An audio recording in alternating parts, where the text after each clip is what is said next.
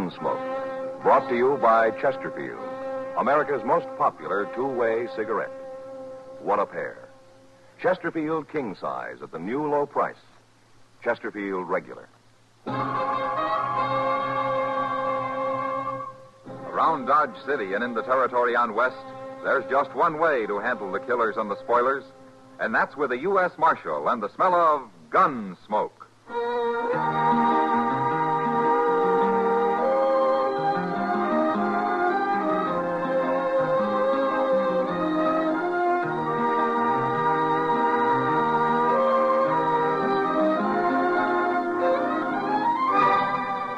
Gunsmoke, starring William Conrad, the transcribed story of the violence that moved west with young America, and the story of a man who moved with it. I'm that man, Matt Dillon, United States Marshal. The first man they look for and the last they want to meet. It's a chancy job, and it makes a man watchful and a little lonely.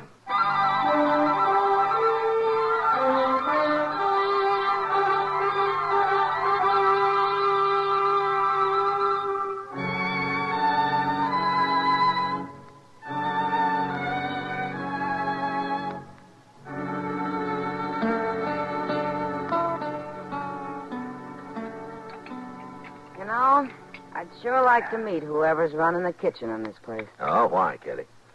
A cook that can make antelope stew taste like prairie dog ought to be something to see. Well, at least it's hot. No, it isn't. Well, mine is. You forgetting you dumped half that bowl of chili peppers in yours? Well, I've eaten here before, Kitty. Oh, hello, Marshal. Hello, John. You know what I'd do if I owned this place, Matt? Tear it down? No. Look, it's got tables and chairs and knives and forks and spoons. And out back, they got a kitchen all set up with a stove and everything. So? Well, it's all here. I'd open a restaurant. You're spoiled, Kitty. Dodge isn't St. Louis, you know.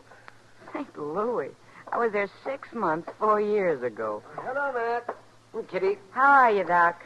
Oh, I'm fine. Well, sit down, Doc. Sit down. Oh, thank you.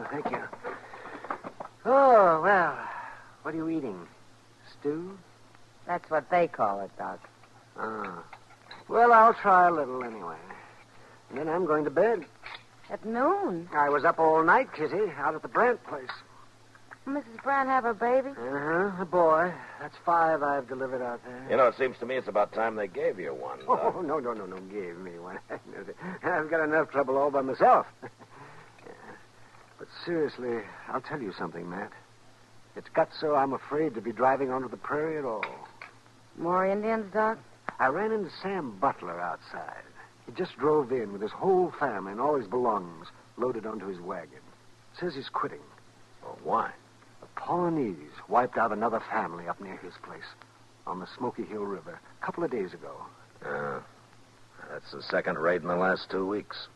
No wonder he's scared. Matt, he's telling everyone who will listen that it's a shameful thing for the law to be hiding out in Dodge while whole families are being slaughtered in the country. He is, huh? Yes. I thought you'd like to know. Hey, you sit with Kitty, Doc. I'm going to have a talk with Sam Butler. Sure. I'll see you later.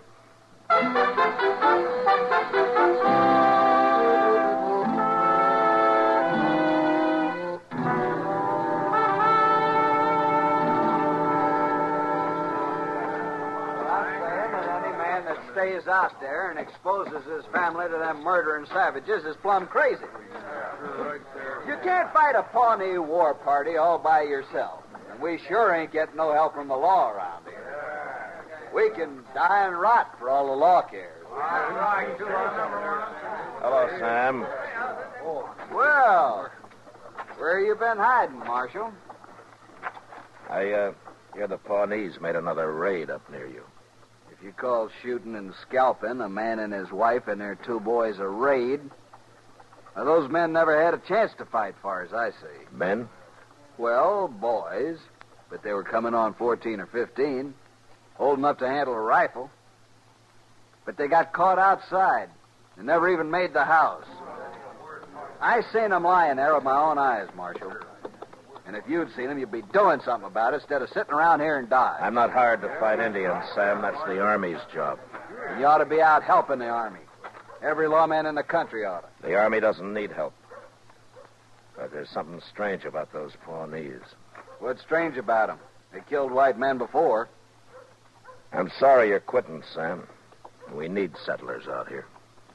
Not dead ones, you don't. No. No, not dead ones.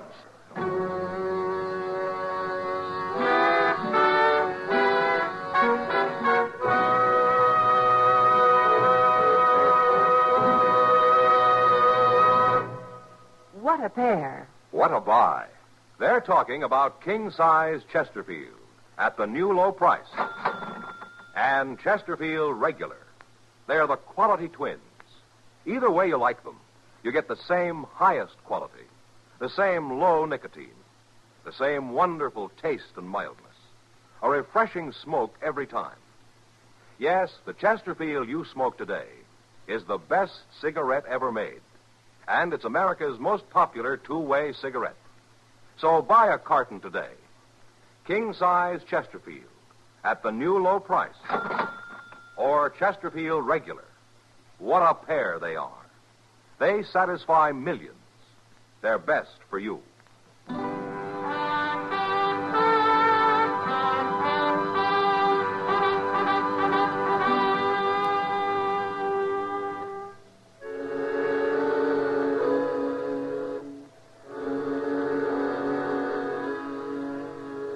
Chester and I left Dodge that afternoon, and toward evening the next day, we ran across a troop of cavalry camped on the Smoky Hill River.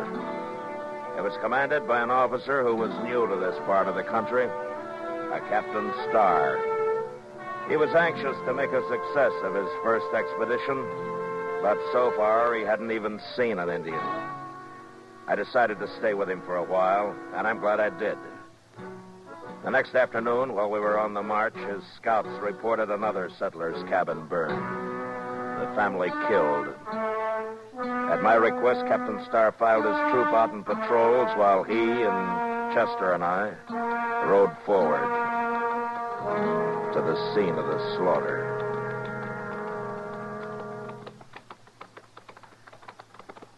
My scouts say these people haven't been dead very long, Marshal. This morning, probably. At dawn, Captain. Well, then those Indians can't be too far off. No, but Indians have a way of disappearing. There it is, Mr. Dillon. Burned right into the ground. It's just like that last cabin. Their bodies scattered around out front. Well, let's get up there. Come on. Oh.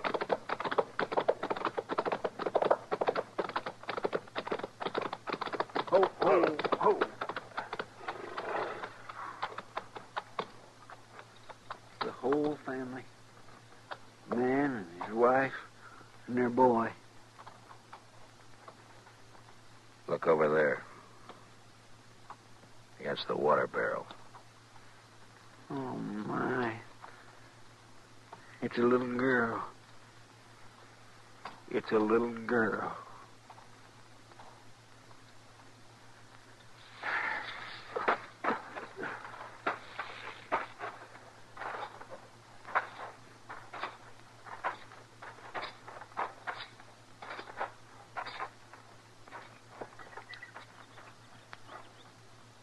They scalped them, every one of them. Even that little girl. They even scalped her. At least they didn't torture them. Did they torture the other families, Captain? No, they didn't, Marshal. They shot them just like this and scalped them. Where are you going, Marshal? What is it?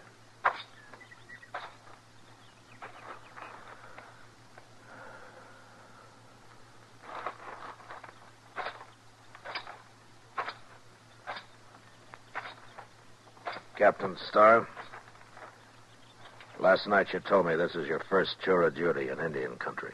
That's right, Marshal. Well, take a good look around here, Captain. Well, I have. All right. All three of these settler families were killed in the open, outside their cabins. Does that mean anything to you? Those Pawnees are pretty tricky. I guess they really surprised him. Yeah, they sure did. There are not many arrows around. If these people had had a chance to put up a fight, there'd be a lot of arrows. They were shot, Marshal, with rifles. Pawnees don't usually waste ammunition, Captain. There's a reason for it here, though. Well, what reason? Look at the ground. There are no tracks. Every sign of tracks have been dragged out with a blanket. Say, you're right. I hadn't noticed that. Well, there's another thing you haven't noticed, or maybe you didn't know about. Oh, what's that? That boy there. How old would you say he was? Oh, about the same age as the boys at the last place. Maybe 12, 13. Well, Captain, that's old enough to be a brave in a couple of years if he was a Pawnee. What do you mean, if he was a Pawnee? They usually keep a boy that age. They don't kill him. They take him and try to make a brave out of him. Oh, well, I didn't know that. I know what he's driving at, Captain. You don't think it was Pawnees that done this. Ain't that right, Mr. Dillon? Yeah, that's right. But the Pawnees are the only tribe around here we know of, Marshal. Captain, it's them tracks. Pawnees wouldn't hide their tracks. No, they wouldn't. What? A man wearing moccasins doesn't care about his tracks, Captain. He's got nothing to hide. I'm afraid I don't understand. It wasn't Pawnees that did this. It wasn't Indians at all. It was white men. Marshal Dillon, it's impossible for me to believe white men could have done this. Is it, Captain? No white man would shoot that little girl over there and then scalp her. Did you ever hear what Chivington did to the Cheyennes at Sand Creek? Kill and scalp them all, he said, big and little. Nits make lights. Congress has repudiated that whole affair, Marshal. Well, it still happened. And it was still white men that did it.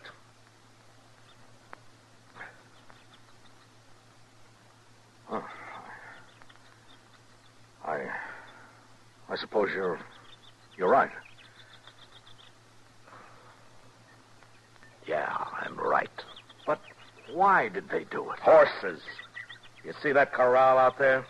This man must have had 6 or 7 head of horses. Yes, the other settlers did, too. They stole the horses and probably whatever they could find in the cabins, and right now they're sitting around camp somewhere drinking coffee and laughing at all of us Indian hunters. Well, I'll find them. Well, it's a big country, Captain. I got a troop of cavalry out there, Marshal, over 100 men. All right, suppose you do find some riders with a bunch of horses. How are you going to know they're the men you're after? Well, these horses are branded, aren't they? With what brands? I don't know, but they must be registered somewhere. Maybe. But while you're out finding out all that, some other family's going to be slaughtered. There isn't time, Captain. I didn't realize how new I am at this game, Marshal. Oh, what would you suggest? Well, there used to be a corral about 5 miles upriver from here. If it's still standing, we'll bait it with a couple of dozen head of good cavalry horses. And then they'll come to us. Good idea. And I'll have my troop deployed and ready to move in. No, that wouldn't work. You can't hide 100 men, Captain. You'll have to keep your cavalry clear away from there. But how? Chester and I'll be there. We'll wait for him.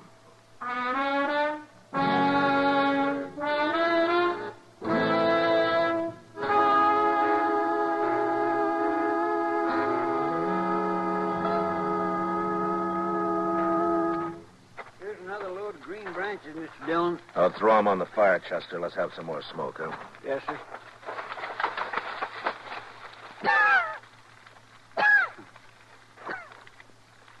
Well, stand back, Chester. Yes, sir. Well, they ought to see that if they're anywhere this side of the Rocky Mountains. They're sure to be scouting around, Mr. Dillon. They ain't stolen enough horses yet to leave the country. Besides, they're feeling mighty safe. They'll come. Mr. Dillon? Yeah. I've been thinking. Now, what's bothering you? Well, sir, there's only 2 of us. And I'm wondering how many there are of them. You want to go back and find the cavalry? Well, I'd feel a whole lot safer. They'll go on, then. Oh, You didn't answer my question, Mr. Dillon. How many do you think we're waiting for? There's no way of telling, Chester. Well, if there's a whole passel of them, how in the world are we going to take them? I don't care how we take them. You're pretty mad, ain't you? Well, I can't get that little girl out of my mind. Yes, sir, I know. Now, look up. Hmm? Here comes somebody. He's all alone. Just some cowboy, probably. Maybe. Yeah, sure it is. He's seen the smoke from our fire, and now he's wondering what that old corral's doing full of horses. And he might be scouting it for the others. Those men don't take many chances. Well, how are we going to find out? Well, maybe we won't till it's too late. Heat up some coffee for him, will you, Chester? Yes, sir. I think I'll have a cup of it, too, huh? All right, sir.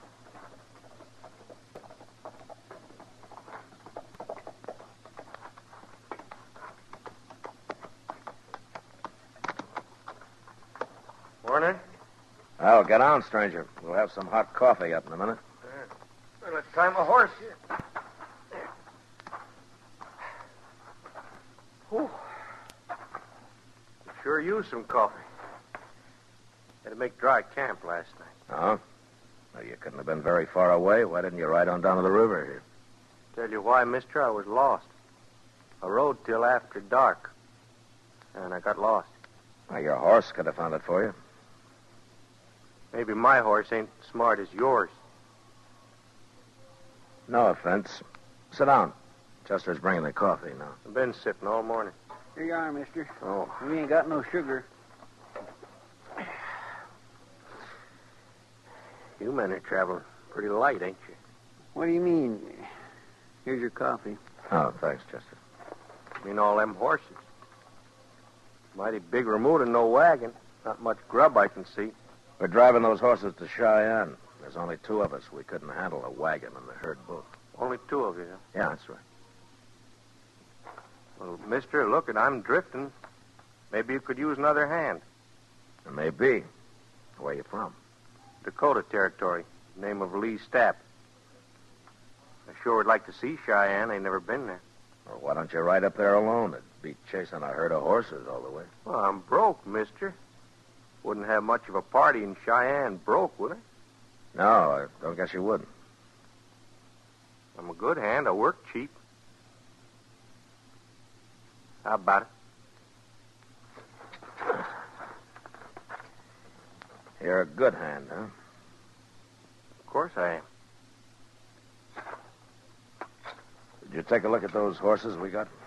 Yeah, I sure did. I ain't never seen none better. Well, they're good horses, and we take good care of them. Well, okay. What's that got to do with hiring me? Mister, I wouldn't hire you to herd sheep. What? You said you made dry camp last night. How come you tie your horse up without watering him while you stand here slopping up coffee? Well, it's my horse, ain't it? Sure. How's the coffee? Coffee? Is it any good? Well, yeah, sure it is. Well, then have some more of it. Hey, what's the...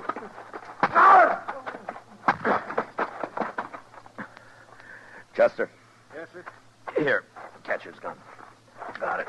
All right, now go get some rope. We'll tie him up while he's still out. Yeah, but Mr. Dillon, you sure he ain't just a cowboy like he said? I was pretty sure, Chester, but this made me real sure.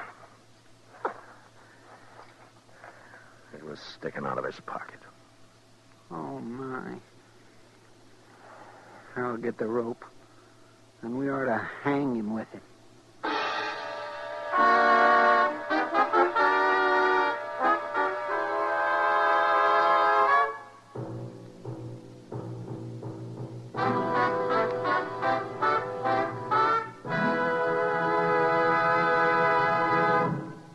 We will return for the last act of Gunsmoke in just a moment. In regular or king size, you can get 'em either way. The best smoke ever made's the Chesterfield you buy today. Smokers coast to coast are changing, it's a cinch to do. Here's all you have to say to get the one that's best for you. Chesterfield's for me, Chesterfield's for me. You just say it's Chesterfield's for me. Friends, for your vacation, take along plenty of Chesterfield. Buy 'em by the carton. Chesterfield king size at the new low price. Chesterfield regular. What a pair. They're the quality twins. The same highest quality. The same low nicotine. Either way you like them, they're best for you. Smoke Chesterfield. It's America's most popular two-way cigarette.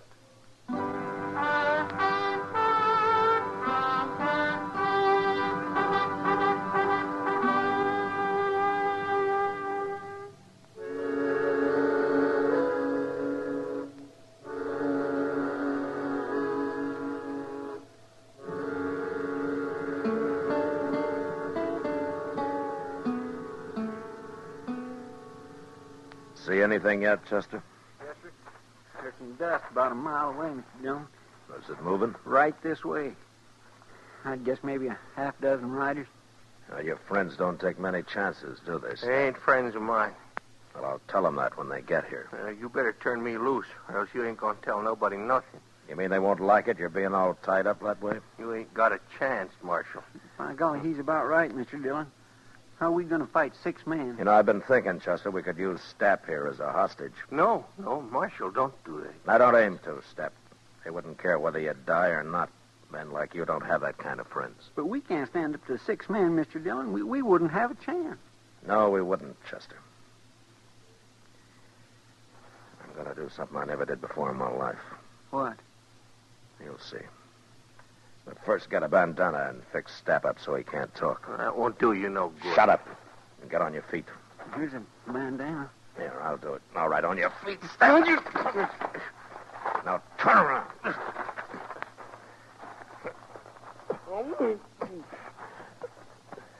Get our rifles, Chester. Yes, sir. There. That'll keep you quiet, Stapp. All right, now walk.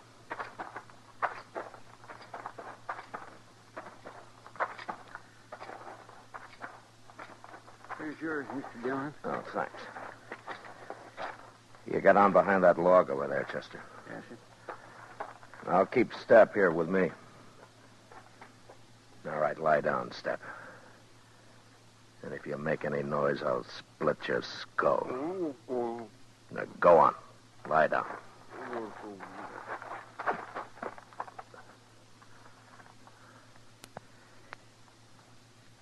You okay, Chester? Yes, sir, fine. Well, keep the sun off your rifle. They're getting pretty close. Now, quiet. Mr. Dillon? What? What are we going to do now? Fight it out from here? Chester, I'd hate for either of us to get killed by men like them. When I start shooting, you start. Take whoever's on your side first and then work in. Yes, sir. Surprise them, huh? So they'll never know it. Shut up now. Here they come.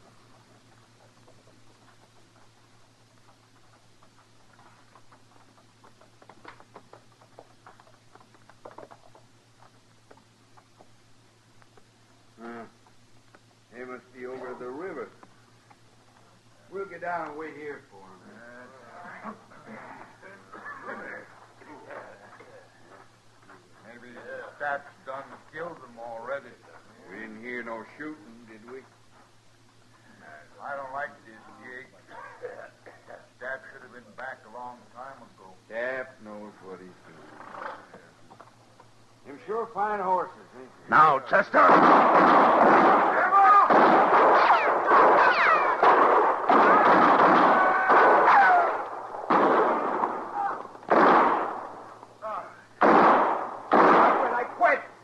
I give up. Don't shoot no more. All right, throw away your guns.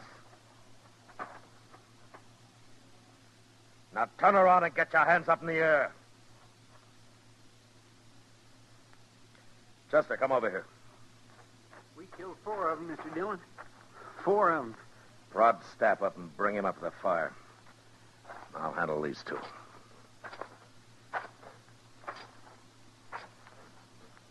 Well, you 2 stopped just in time. You can turn around now. Who are you? What'd you ambush us for? Well, you went and killed 4 men. I'm a U.S. Marshal, mister. You're lying. Am I? What kind of marshal would ambush a bunch of men like that? My kind. I untied his bandana, Mr. Dillon. No reason you shouldn't talk now. That was murder. That's what that was. That was plain murder. Sure was. Even if he is a marshal, he'll hang for this. He never give us a chance. You're right, mister. I didn't give you a chance. There were too many of you. Besides, I never knew any man that deserved a chance less than you. What are you talking about? We ain't done nothing. You haven't, huh? Well, I found this on your friend's staff, mister. Here. Take a good look at it. Well, what's this? This ain't nothing, just a little yellow ribbon. I burned the rest of it. You blasted fool, Stapp. I didn't get nothing else. It was just kind of a souvenir. I told you to get rid of everything. Stapp, I'm sorry you came in alone. I wish you'd been with the others. But I'll see you hanged. All 3 of you. And it's that little girl's yellow hair ribbon that's gonna hang you.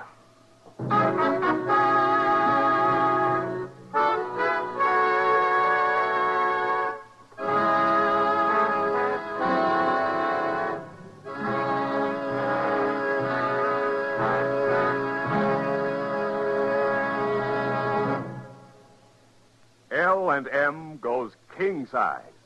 Yes, L&M goes king size. Now, L&M is king size as well as regular. Both have the same low price. Both have the miracle tip for the effective filtration you need. Yes, it's the filter that counts. And L&M has the best. You get much more flavor, much less nicotine, a light and mild smoke.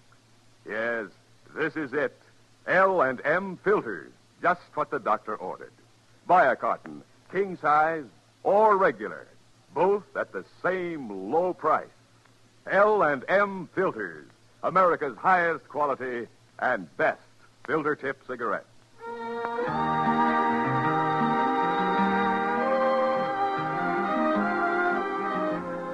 Gunsmoke, produced and directed by Norman Macdonnell, stars William Conrad as Matt Dillon, U.S. Marshal.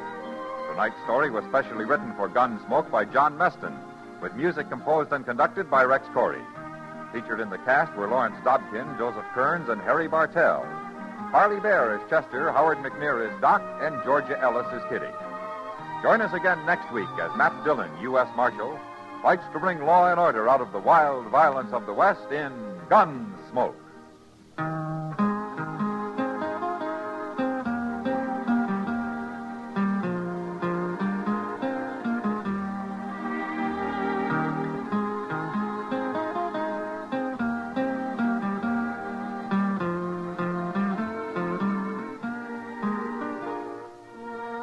Although the physical danger of war is over for your friend in the service, his morale is threatened now more than ever. He worries about being the forgotten man. And when there's no mail from home, that's when loneliness really settles in. And it's tough to be lonesome. The USO knows there's nothing like a letter to make a fellow feel better. Why don't you let your friend in the service know you're thinking of him? If you're a cousin, neighbor, schoolmate, or a member of his church, club, or union, write to him today.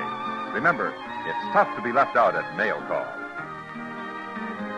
And remember, too, next week at this same time, Chesterfield will bring you another transcribed story of the Western frontier on Gunsmoke. This is the CBS Radio Network.